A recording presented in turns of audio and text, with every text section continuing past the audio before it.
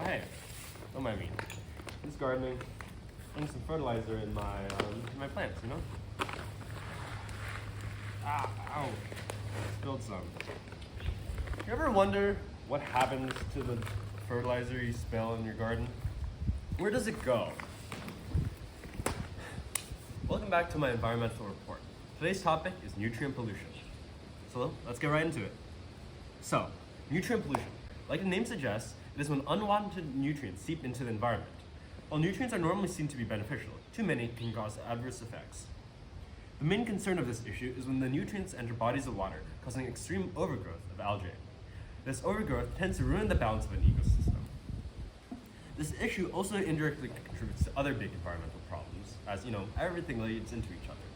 Some of these issues include things such as ocean acidification, which is one of the issues I talked about in one of my previous videos. By taking a closer look at how these nutrients exactly work, we can understand why it causes so much of this algae to overpopulate. Nitrogen is one of the necessary elements of life. In algae, it is a crucial nutrient used for the synthesis of macromolecules, such as proteins, lipids, and carbs. Another common nutrient used in fertilizer is phosphorus.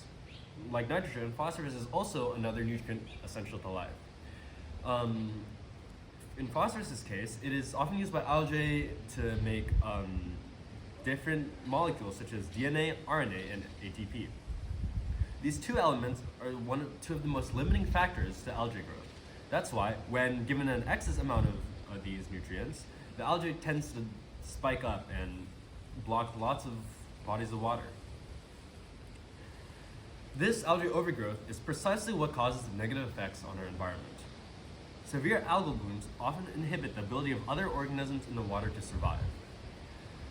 The large amounts of algae make it difficult for other life to find food.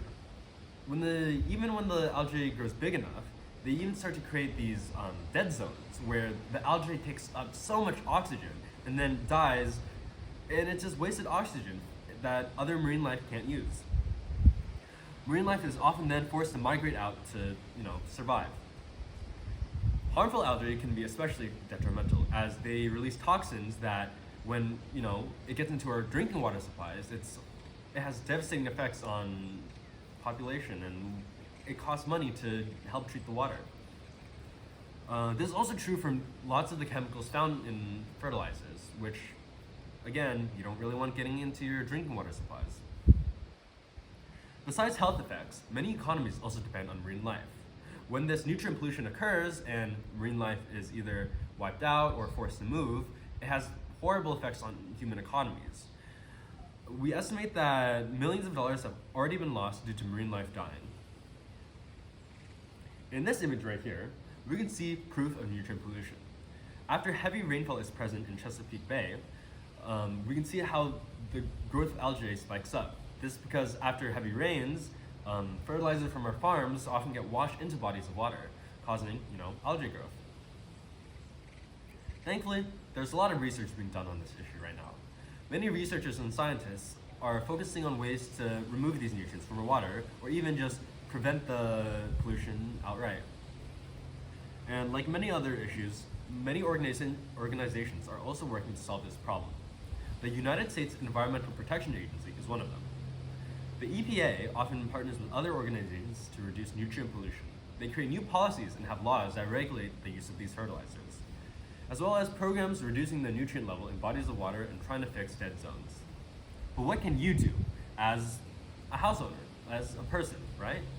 Well, at home, try to choose phosphate-free household cleaning products. Pick up pet waste to make sure it doesn't contaminate waterways. Make sure that your septic systems are properly installed and don't use additives in them, as if they seep into the groundwater supply, they can also have detrimental effects on all our water all around us. Lowering water usage will also lower the wastewater sent to sewage treatment plants, as well as save on your water bill. Well, that's all the time we have left.